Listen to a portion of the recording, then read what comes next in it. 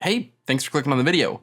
Today we're looking at probably the best weapon to get from the new Spire of the Watcher loot pool. Of course, if you didn't know, Rite of the 9 is happening right now, which gave 3 dungeons, all new loot, and this event is completely free for everyone. Meaning, you and your friends can jump in and start farming with no barrier to entry. If you want to know how to farm, I put out a guide just for you.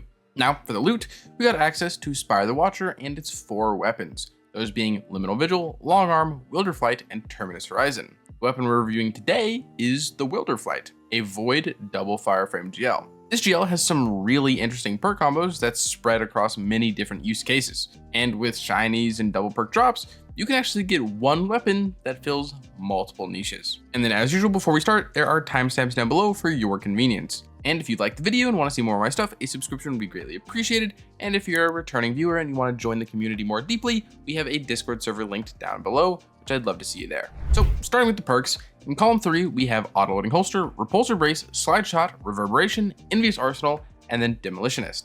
And in column 4, it gets destabilizing rounds, lead from gold, frenzy, vorpal weapon, withering gaze, and bait and switch. Beginning our breakdown with the first column, repulsor brace, slide shot, and envious arsenal are all what I'm most interested in. Repulsor brace is a pretty good perk that helps a lot with survivability. In-game, this perk activates whenever killing a void debuffed enemy and will give us a void overshield when we actually do that. These overshields give us 70% DR and are pretty easily refreshed thanks to another perk on this weapon. To be honest, there isn't much to say until we cover that other perk in just a moment. Before that though, back into the first perk column, slide shot is present here. This perk is fantastic on GLs because of their one in the mag nature.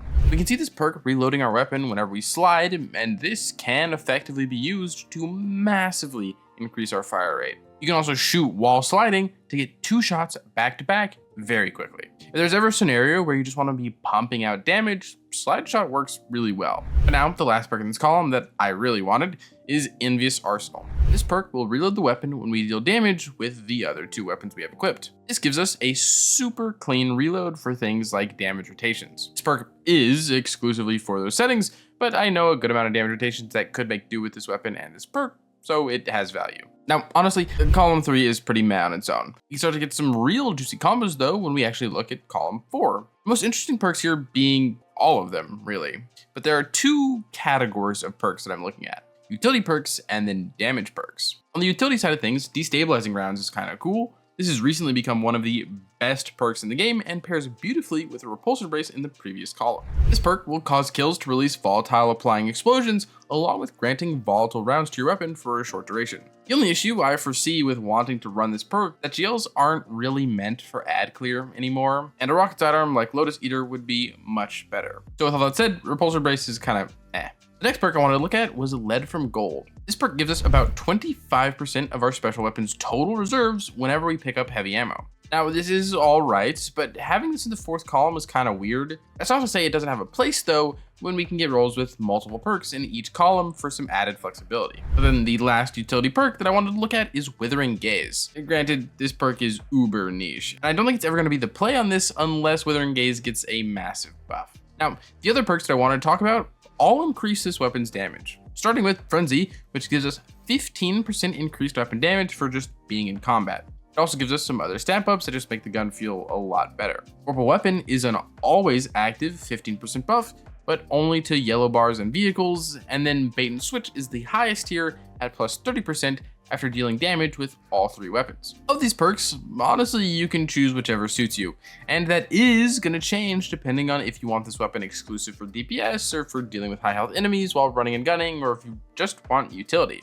Which, back on the topic of utility, we have 2 other perks we need to talk about before we can look at god rolls. Those are Gravity Well, the new origin trait that came with Rite of the 9, and the mag perk, Disorienting Grenades. Gravity Well reads, reloading this weapon automatically gathers nearby ammo. In game, it's pretty straightforward.